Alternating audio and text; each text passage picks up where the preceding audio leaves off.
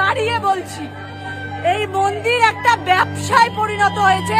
ধর্ম হোক যার যার, বড় বা সবার, এটা একটা বেকার স্লোগান। যে সেলিব্রিটিদের জন্য মা যতটা, আমাদের জন্য মা ততটা। বলছে না, আগে সেলিব্রিটি হয়ে আসবেন পুজো দিতে, তারপর সেরকম ট্রিটমেন্ট আশা করবেন। একটা মানুষ গাড়ি পুজো দিতে এসেছে, বলছে মায়ের একটা মালা দেবে, গাড়িতে চড়াবো। বলছে পারবো না, বলছে পারবো না। বলছে আমি নতুন গাড়ি পুজো দিতে এসেছি, গাড়িতে মালাটা দেবো। বললো পারবো না, তাড়িয়ে দিল তাকে আমার চোখের সামনে দিয়ে।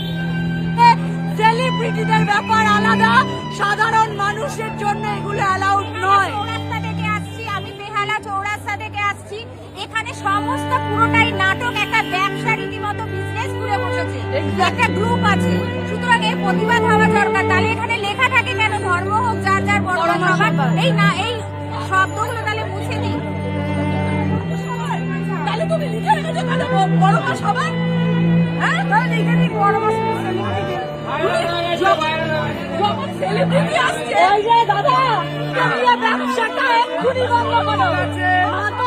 মায়ের সাথে ব্যবসাটা এক্ষুনি বন্ধ করো।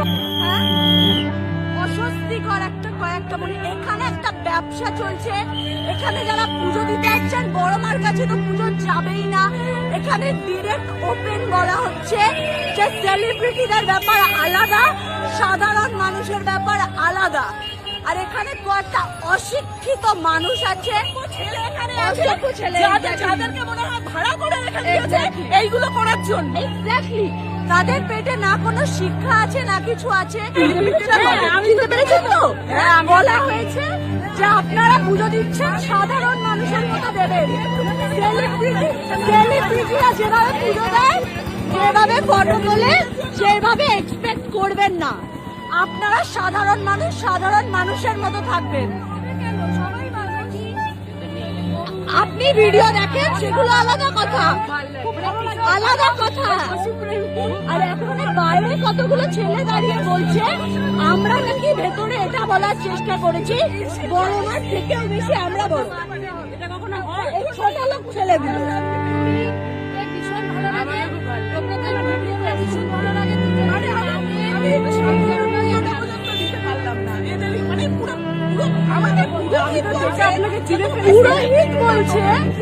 আপনারা ফটো তুলছেন, ভিডিও করছেন, এটা আপনাদের জন্য নয়, এটা সেলিব্রিটিদের জন্য।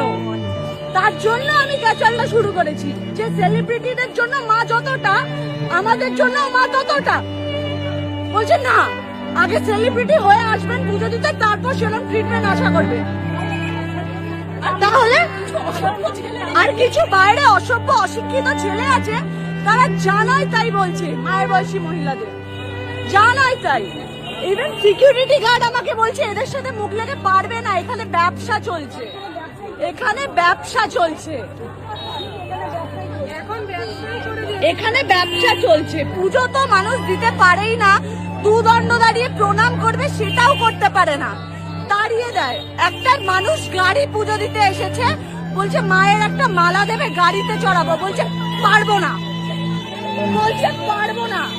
বলছে আমি নতুন গাড়ি পুজো দিতে এসেছি, গাড়িতে মালাটা দেবো। বললো পারবো না, তাড়িয়ে দিল তাকে আমার চোখের সামনে দিয়ে।